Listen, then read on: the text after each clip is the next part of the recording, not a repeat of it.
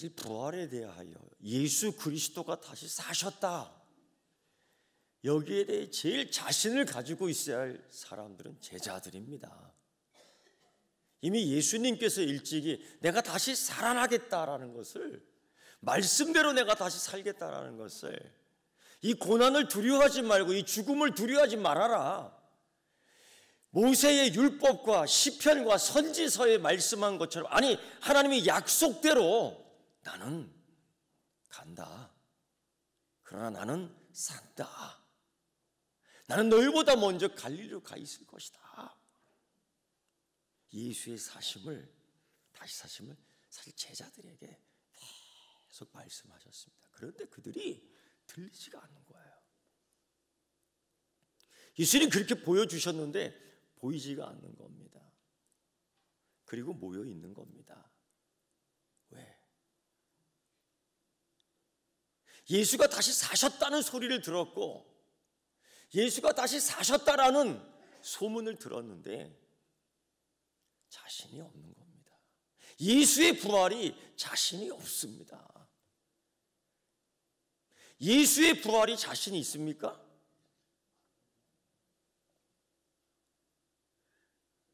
자신 있는 사람이 그 정도밖에 대답을 못해요.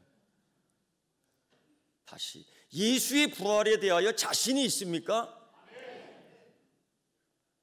예수의 부활에 자신이 있습니까? 예수의 부활에 진짜 자신이 있습니까? 그런데 부활 주일만 되면은 제가 꼭 잊혀지지 않는 그 사람이 생각이 나요.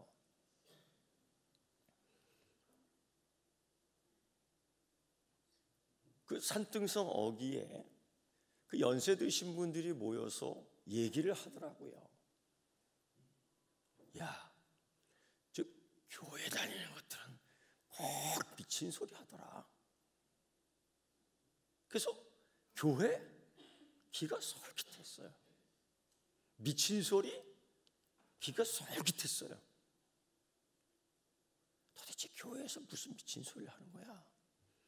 그랬더니만 대번에, 어떻게 죽은 사람이 다시 살아나냐? 어떻게 죽은 사람이 다시 살아날 수 있어? 예수의 부활을 얘기했던 거예요.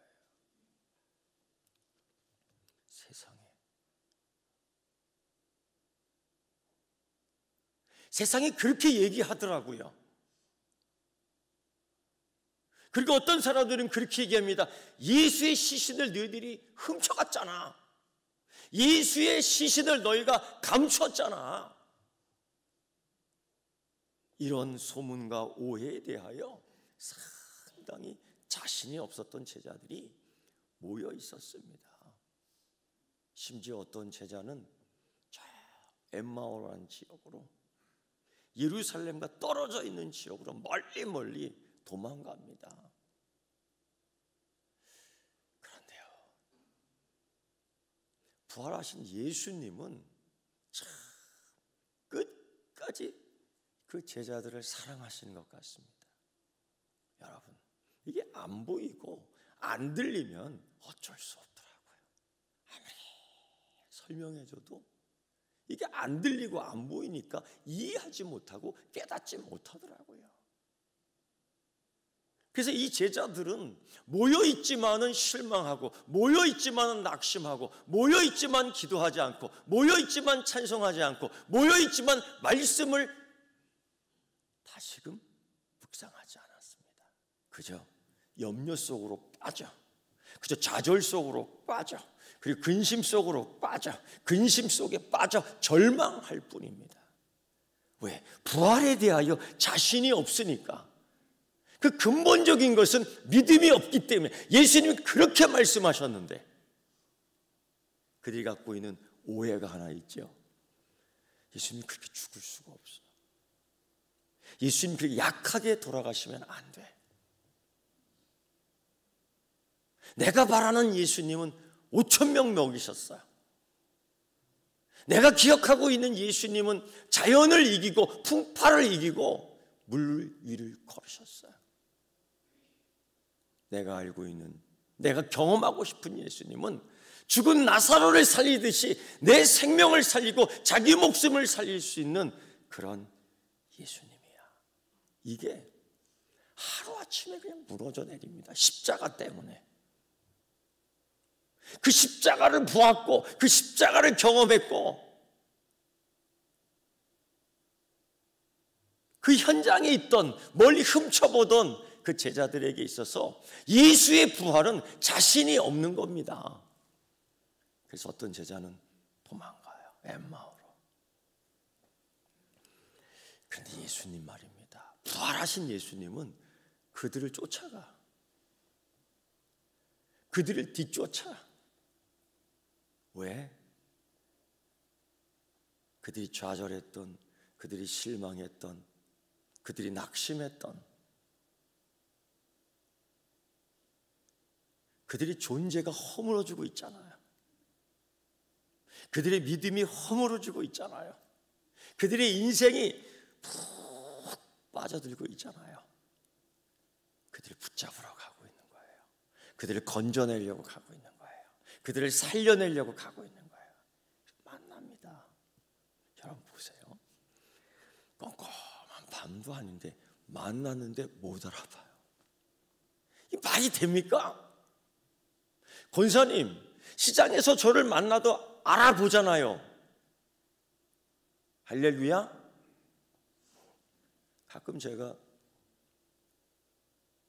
머리도 이렇게 흐트러지고 부시시하게 시장을 어슬렁어슬렁 뭐 떨어진 김치가 없는지 있는지 그 주워 먹으러 다니면은 날 못 알아보더라고. 어떤 사람은 그냥 자신 있게 가더라고. 깜짝 놀래갖고.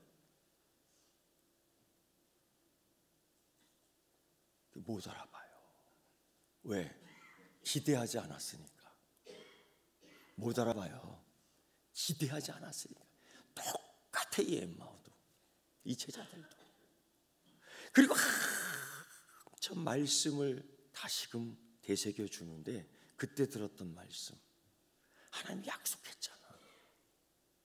모세의 율법과 시편과 선지자에 나왔던 예수의 부활 사건, 그리스도의 부활 사건, 하나님의 약속 사건, 하나님이 약속을 지킨 사건, 다시 살아난다는 사건,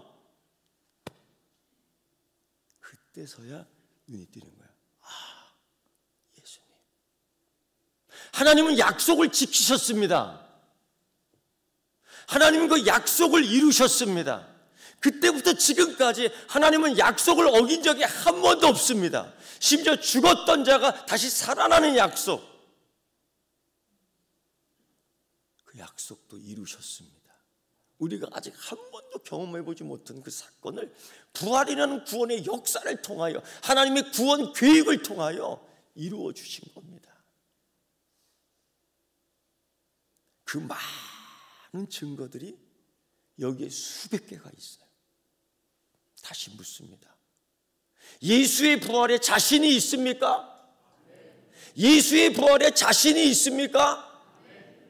예. 가장 아멘을 크게 해야 할 이 제자들이 방 안에 모여 있는 겁니다. 왜? 무서우니까. 왜? 걱정되니까. 왜? 사람들이 미쳤다고 할 것이니까. 실제로 예수의 부활을 믿지 않는 자들은 제자들에게 미쳤다고 했으니까요. 심지어 술 취했다고 했으니까요. 심지어 제정신이 아니라고 했으니까요. 이건 그때의 이야기가 아니라 우리의 이야기들입니다. 우리에게 해결했던 사건들입니다.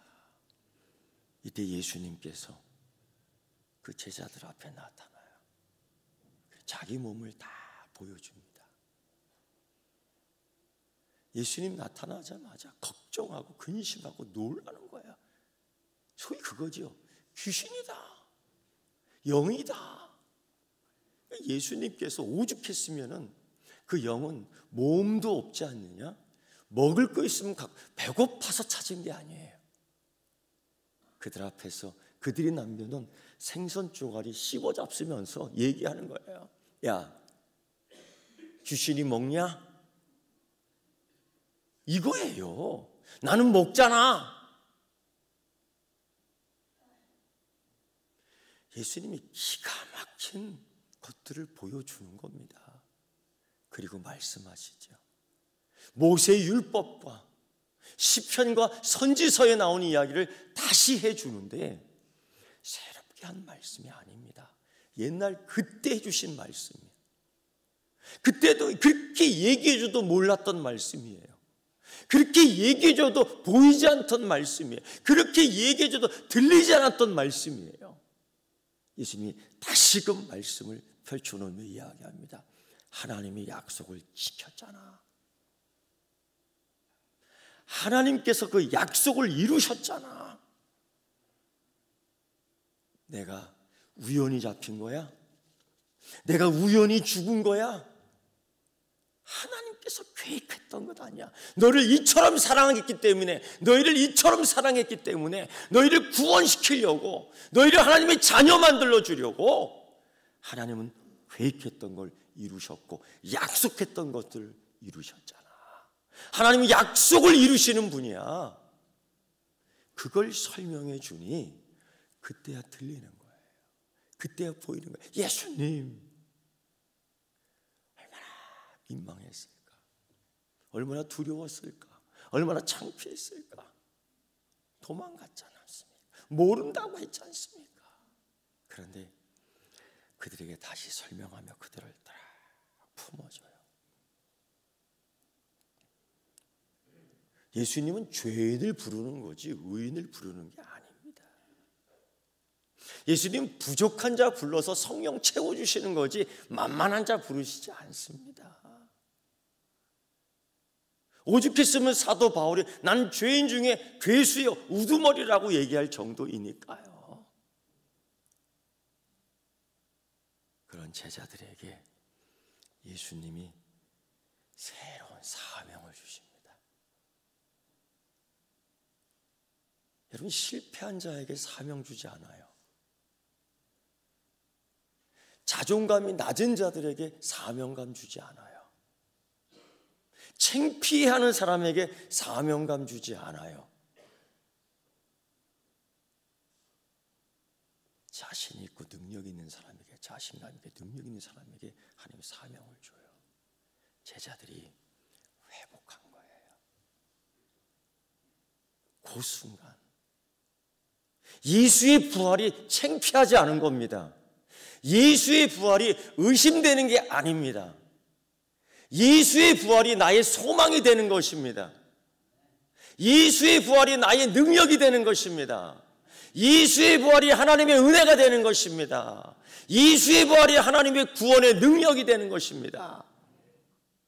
그러니까 예수님께서 이렇게 말씀하셔요. 48절에 이런 말씀, 너희는 이 모든 일의 증인이라. 너희는 이 모든 일의 증인이니라. 증인은 어디 있든지 간에 그 사건을 이야기해야 돼요. 예수님이 내게 주셨다. 예수님이 주신 은혜를 맛보았습니까? 맛본 적이 있습니까? 예수 말씀을 들었습니까? 예수의 만져주심의 감각을 기억하고 있습니까? 예수께서 고쳐주신 은혜가 있습니까? 예수가 능력으로 인도해주신 경험이 있습니까? 이 증인, 이 증거, 이 모든 일의 증인이라. 그런데요, 도망갔던, 실패했던, 넘어졌던, 자빠졌던 이 제자들을 다 불러놓고 이 모든 일의 증인이라는 증인의 사명을 주며 예수님이 또 다른 은혜를 부어주셨습니다. 바로 성령의 은혜예요. 그들은 예수님 떠나고 얼마나 실망했는지, 예수님 볼 수 없다고 얼마나 슬퍼했는지. 근데 예수님이 약속하셨습니다.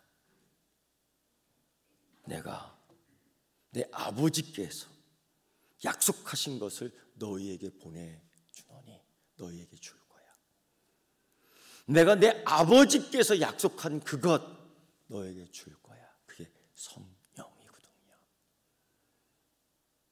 너는 위로부터 능력을 입힐 때까지 이 성에 머물라라고 말씀했어요. 도망가지 말고 함께 있으라는 거죠. 사랑하는 성도 여러분, 묻습니다. 교인입니까? 서귀포 교인입니까? 한번 다시 묻습니다. 그리스도인입니까? 그럼 그리스도 부활의 증인입니까? 증거하십시오. 이미 하나님이 약속한 것을 주셨습니다. 예수님 약속한 걸 우리에게 주셨습니다. 성령, 부활, 자신 있는 사건, 그리스도인들에게 가장 멋있는 사건, 그리스도인들에게 전해주고 싶은 사건, 누구에게든지 선물로 주군 기쁜 소식, 이 소식을 증인으로 전거할 수 있는 여러분 되기를 축복합니다. 기도하겠습니다. 하나님 아버지, 주님 주신 이 사건 속에 하나님의 신실한 약속이 이루어진 걸 믿습니다. 지금까지 하나님께서 이 약속을 어긴 적이 한 번도 없습니다. 주님, 예수 그리스도께서 아버지 하나님 주신 영, 성령의 능력을 주시겠다고 약속하셨습니다. 이미 주신 성령 받고 이 증인의 삶을 자신 있게 능력 있게 행하게 하여 주시옵소서. 예수님의 이름으로 기도드리옵나이다. 아멘.